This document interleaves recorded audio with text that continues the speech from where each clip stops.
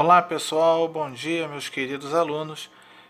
Nós vamos trabalhar agora com os eixos temáticos, ou seja, quais são os temas mais relevantes para este ano de 2020 em redação. E o primeiro tema é a universalização do saneamento básico no Brasil.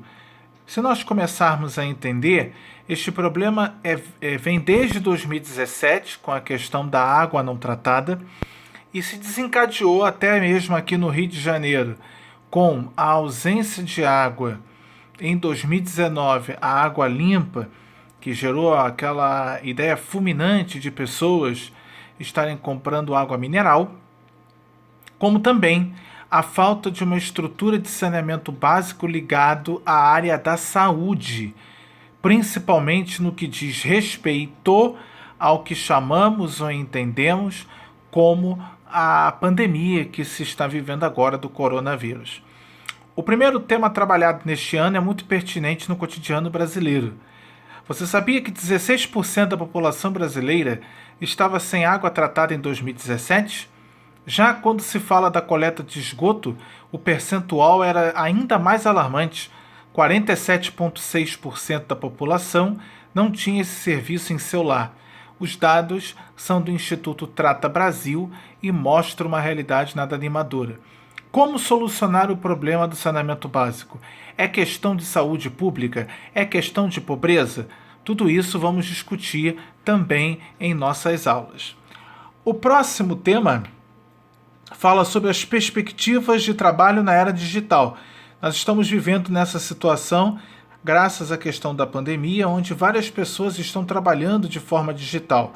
E mais do que isso, além desse trabalho, existe a questão do home office, como também as relações entre as pessoas que acabaram sendo digitalizadas sem o contato físico, pregado pelo isolamento social diante do coronavírus.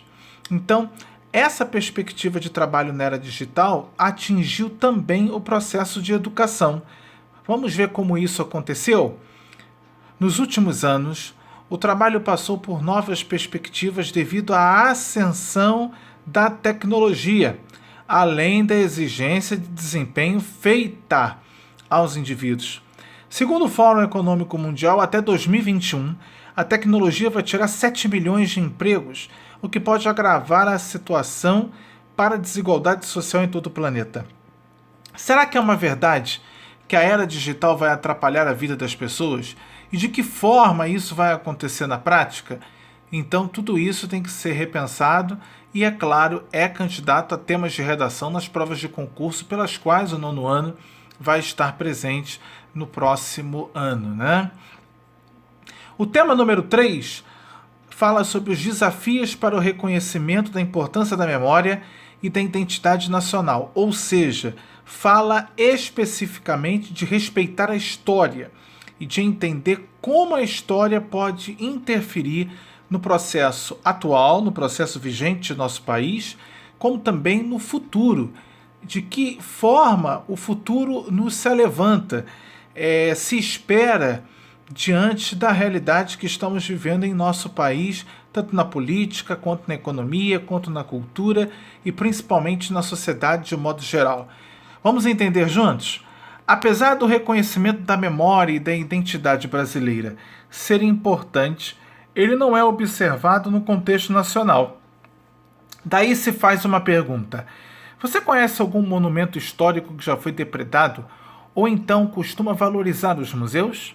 Pois é, o terceiro tema em debate, os desafios que levam os brasileiros a reconhecer, a deixar com que os aspectos culturais e históricos sejam colocados em segundo plano, algo que é extremamente gravíssimo para a sociedade a qual a gente vive, em comparação, por exemplo, com países europeus em que isto, é claro, não ocorre na prática. O quarto tema: barreiras para a educação nas escolas rurais brasileiras. Há um crescimento da educação em todo o país. Temos que valorizar que há uma democratização neste processo. Porém, algumas áreas em nosso país, principalmente as mais rurais e até mesmo indígenas, não encontram essa democratização do ensino. De que forma isto acontece? Ainda é por problemas históricos? Ainda é uma relação de desvio de verbas ou até mesmo ausência delas para que a educação brasileira seja colocada de forma democrática? Por isso, vamos ler o que diz aqui o tema número 4. O ensino público no Brasil enfrenta muitos percalços. Todos nós sabemos o quanto que o ensino brasileiro ele é problemático e não é bom. Esta triste realidade não é diferente em escolas longe dos grandes centros urbanos. Se não for, pior. Isso todo mundo também já deve perceber, principalmente nas notas de concurso público, e que a gente enxerga isso de forma muito clara. A educação nas escolas rurais tem diversas barreiras que impedem a garantia do acesso ao conhecimento a muitas crianças e jovens no país. Daí, pessoal, fica a seguinte pergunta: como resolver este problema da democratização da educação? É questão governamental? É uma ausência de cultura que leva as pessoas a desistirem da educação? Qual é o problema? É um tema a ser analisado também para as próximas aulas. E é claro, não podemos deixar de falar do grande tema, infelizmente, de 2020, que é o tema número 5, coronavírus e seus desdobramentos pelo mundo pandêmico. Se nós lermos tudo isso aqui, a gente vai entender muito bem o porquê que este vírus que foi colocado na China em primeiro plano e já circula em boa parte do nosso país, ele acabou sendo devastador diante do ano em que estamos vivendo. O coronavírus, causador da pandemia global, pertence a uma família de vírus chamada Covid, que circula no Brasil. O vírus dessa família podem causar desde resfriados comuns a doenças mais graves, como a síndrome aguda respiratória severa, que é a popular SARS, e síndrome respiratória do Oriente Médio, que é a MERS. O Oriente Médio já tinha coronavírus há bom tempo, desde os anos 70, mas teve a forma mais branda, a SARS-CoV-2, que é a doença avassaladora que nós estamos vivendo até então. Daí o vídeo nos mostra a origem do coronavírus, que se dá pela China, e a suspeita a partir de uma mutação de um trato respiratório por morcegos, de como se transmite tudo isso, que é claro entre pessoas através de espirros, tosses, fala, pessoas infectadas que acabam expelindo gotículas de saliva e secreções, até chegarem às mãos, aos olhos, ao nariz e à boca. Como solucionar esse problema? Talvez seja a maior pergunta que o mundo está enfrentando nos dias de hoje. Vamos tomar nota de tudo isso e ver o quão grave é esta situação em todo o nosso país, em todo o nosso mundo. Mas para entender todos esses temas, nada melhor do que saber sobre coesão e coerência. A coesão é o trabalho da estrutura do texto, que liga frases, períodos, parágrafos para formar orações e períodos compostos a partir do uso de conectivos. É a parte estrutural do seu texto, certo?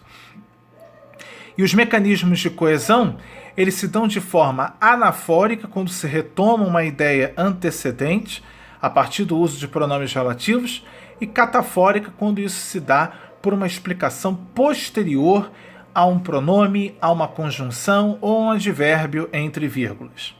Já a coerência textual trabalha com o resultado desse encadeamento de ideias, ou seja, a própria argumentação, que pode ser contraditória ou conclusiva, que pode ser antítese ou antitese ou tese, a partir do uso da leitura, da emissão das ideias que estão lá de acordo com o seu texto.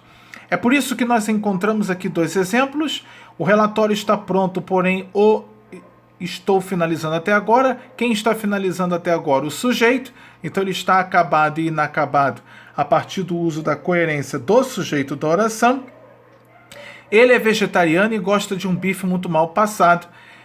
No caso, o sujeito é vegetariano e ele também gosta de um bife. O E está ligando orações para formar uma conjunção coordenativa aditiva, adicionando orações.